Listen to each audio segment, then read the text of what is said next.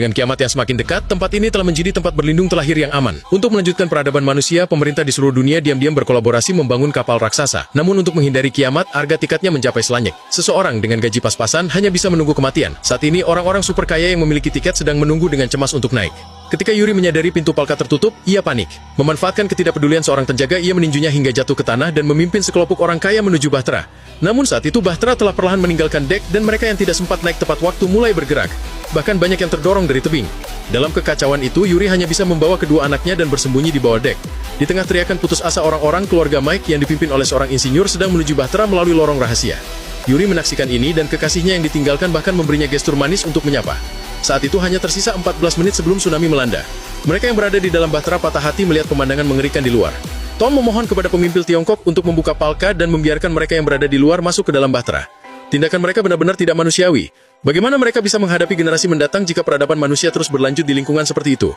Setelah bujukan Tom yang berulang kali, para pemimpin akhirnya memutuskan untuk membuka Palka. Saat Palka perlahan terbuka, kerumunan di luar akhirnya melihat harapan, dan semua orang berhamburan masuk ke dalam Bahtera seperti gelombang pasang. Namun Yuri dan kedua anaknya masih berada di bawah dek. Ia baru bisa bergerak setelah semua orang berada di dalam Bahtera, tetapi sudah terlambat. Saat Palka hendak menutup, Yuri mengerahkan seluruh tenaganya untuk melemparkan anak itu ke dek, dan ia pun jatuh ke dalam jurang. Sementara itu, Gunung Everest sudah terendam banjir. Biksu tua itu dengan tenang membunyikan bel alarm, tetapi detik berikutnya ia ditelan tsunami. Banjir setinggi ribuan meter menerjang Bahtera, dan kapten memerintahkan semua orang untuk berjongkok, bersiap menghadapi dampak tsunami. Namun keadaan tidak berjalan mulus. Palka tiba-tiba rusak dan tidak bisa ditutup. Ternyata ketika Mike dan kelompoknya memasuki Bahtera, Palka tiba-tiba terbuka dan keduanya jatuh tepat di bawah roda gigi raksasa. Peralatan mereka juga tersangkut di dalamnya. Sang teknisi mengalami cedera kaki serius sementara Kate terseret ke dalam. Kabel-kabel juga menyumbat sistem hidrolik sehingga Palka Bahtera tidak bisa ditutup. Pusat komando segera menemukan kelompok itu, tetapi sudah terlambat. Tsunami dahsyat mendekat dari kejauhan, dan semua orang hanya bisa pasrah pada takdir, berharap Bahtera dapat menahan gelombang serangan pertama. Saat banjir besar melanda, gelombang air laut yang sangat besar pun menerjang. Namun ini baru permulaan. Gelombang tsunami kedua menerjang. Dan di kejauhan, ribuan meter di atas permukaan air, pesawat Air Force One terlihat meluncur deras menuju Bahtera. Untungnya Bahtera relatif kokoh karena buatan Tiongkok.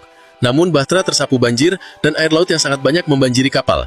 Akibat kerusakan pada Palka, mesin Bahtera tidak dapat dihidupkan, dan Gunung Everest terbentang di depan. Jika Bahtera tidak mundur tepat waktu, seluruh kapal akan menabrak gunung yang tertutup salju, dan semua orang di dalamnya pasti akan binasa. Sementara itu, Tom menemui Mike dan menjelaskan bahwa jika mereka tidak melepaskan alat yang tersangkut di roda gigi, mereka akan menghadapi kematian. Ini menyangkut nasib puluhan ribu orang. Mike menerima tugas itu tanpa ragu. Ketika ia kembali ke roda gigi, seluruh lambung kapal terendam, dan tali tambat tersangkut erat. Tepat ketika Mike hampir putus asa, putranya tiba dan dapat menunjukkan lokasi tali tambat. Dengan hanya 400 meter tersisa,